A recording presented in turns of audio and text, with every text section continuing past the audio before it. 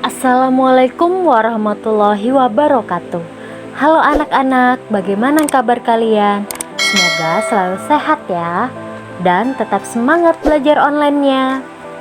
Sebelum mulai belajar, silahkan berdoa terlebih dahulu. Baik, hari ini kita akan belajar matematika tentang pembulatan pecahan desimal dan persen. Yang pertama, pembulatan pecahan desimal. Pembulatan pecahan desimal dapat dibulatkan ke satuan, persepuluhan, atau perseratusan terdekat, dan seterusnya ya. Nah, untuk mengingatkan kembali tentang pecahan desimal, nah di sini Ibu ada contoh pecahan desimal yaitu 46,2503. Nah, angka yang berada di depan koma, nah ini ya, 46, 6 menempati posisi satuan, kemudian 4 menempati posisi puluhan, dan seterusnya. Sedangkan angka yang berada di belakang koma yaitu 2, 5, 0, dan 3. Angka 2 menempati posisi persepuluhan. Kemudian 5 menempati posisi perseratusan. Kemudian 0 menempati perseribuan. 3 menempati posisi persepuluh ribuan, dan seterusnya ya. Nah, harus diingat ya anak-anak.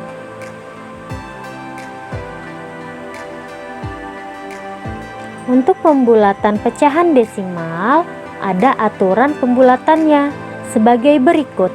Yang pertama, satuan terdekat. Nah, maksudnya nanti pembulatan pecahan desimal kita bulatkan ke satuan terdekat. Nah, jadi kalian harus perhatikan angka persepuluhannya. Jika angka persepuluhannya kurang dari 5, maka dibulatkan ke bawah. Atau artinya satuannya tetap.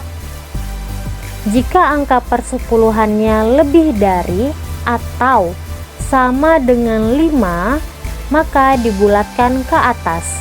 Artinya nanti satuannya kita tambah dengan 1. Langsung saja ke contoh. Nah, di sini ada soal bulatkan 3,74 ke satuan terdekat menjadi titik. Nah, 3,74. Karena dibulatkan ke satuan terdekat, berarti kita perhatikan angka persepuluhannya. Angka persepuluhannya yang mana? Ya, satu angka di belakang koma. Nah, satu angka di belakang koma ada angka berapa? Ya, ada angka 7. Nah, 7 ini lebih dari 5 ya. Nah, sehingga satuannya kita tambah dengan 1. Sehingga jawabannya 3 tambah 1 sama dengan 4. Nah, jadi 3,74 kita bulatkan ke satuan terdekat menjadi 4. Contoh yang kedua, bulatkan 3,27 ke satuan terdekat menjadi titik. Nah, perhatikan pecahan desimalnya 3,27. Nah, kita bulatkan ke satuan terdekat, berarti perhatikan angka persepuluhannya. Angka persepuluhannya yang satu angka di belakang koma berapa? Ya, 2 ya.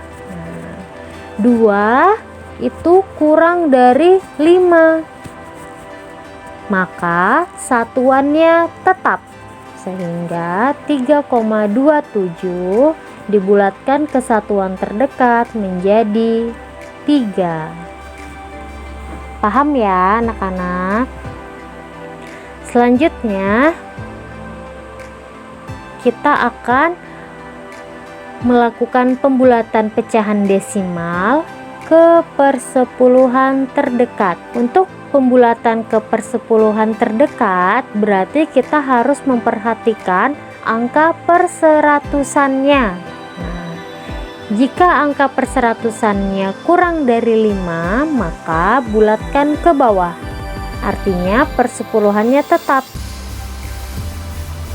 Tapi jika angka perseratusannya lebih dari atau sama dengan 5, maka bulatkan ke atas.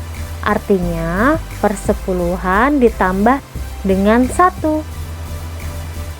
Langsung saja ke contohnya. Yang pertama, bulatkan 3,74 ke persepuluhan terdekat menjadi titik-titik-titik. 3,74, perhatikan perseratusannya. Nah, perseratusannya di sini adalah 4 kurang dari 5. Sehingga kita akan bulatkan ke bawah. Artinya persepuluhannya tetap, persepuluhannya yaitu 7, sehingga 3,74 dibulatkan ke persepuluhan terdekat menjadi 3,7. Contoh yang kedua yaitu bulatkan 4,25 ke persepuluhan terdekat. Nah, sama, kita perhatikan angka perseratusannya. Nah, angka perseratusannya 5. Karena angka perseratusannya sama dengan 5, maka akan kita bulatkan ke atas, sehingga persepuluhannya kita tambah dengan 1. 2 tambah 1 sama dengan 3.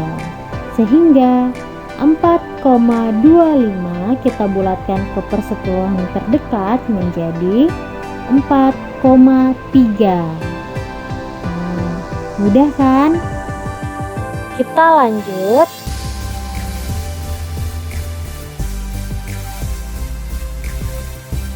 Ke pembulatan persen.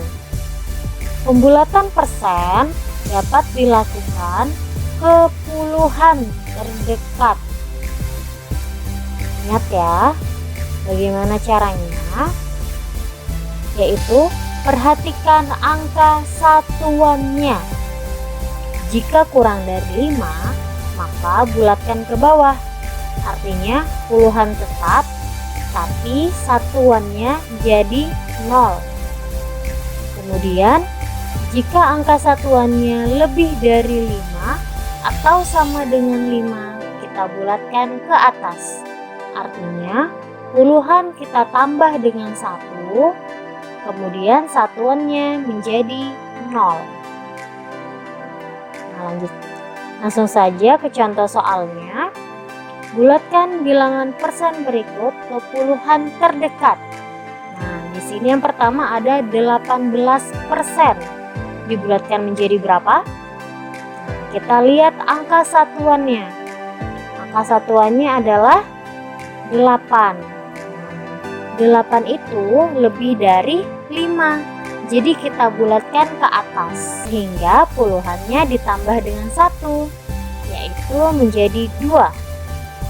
Kemudian satuannya menjadi 0, yaitu 20%.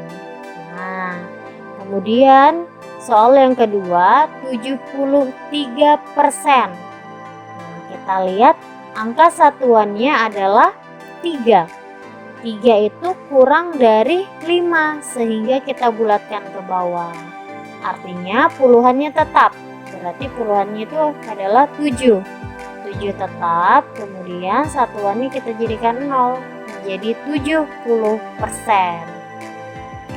Kemudian yang ketiga 45%. Kita bulatkan menjadi, kita perhatikan angka satuannya yaitu 5. Angka satuannya sama dengan 5, sehingga kita bulatkan ke atas. Kita bulatkan ke atas artinya puluhannya kita tambah dengan 1. Jadi 4 tambah 1 menjadi 5, kemudian satuannya menjadi 0, sehingga menjadi 50%. Nah, bagaimana? Mudah kan? Nah, setelah kita menyimak video pembelajaran tadi, sekarang anak-anak mengerjakan tugas ya. Ini tugasnya. Kerjakan di buku tugas matematika. Jangan lupa tulis soal dan caranya. Terima kasih sudah menonton. Semoga dapat dipahami ya. Jangan lupa like, komen, dan subscribe karena subscribe itu gratis. Ibu akhiri, wassalamualaikum warahmatullahi wabarakatuh.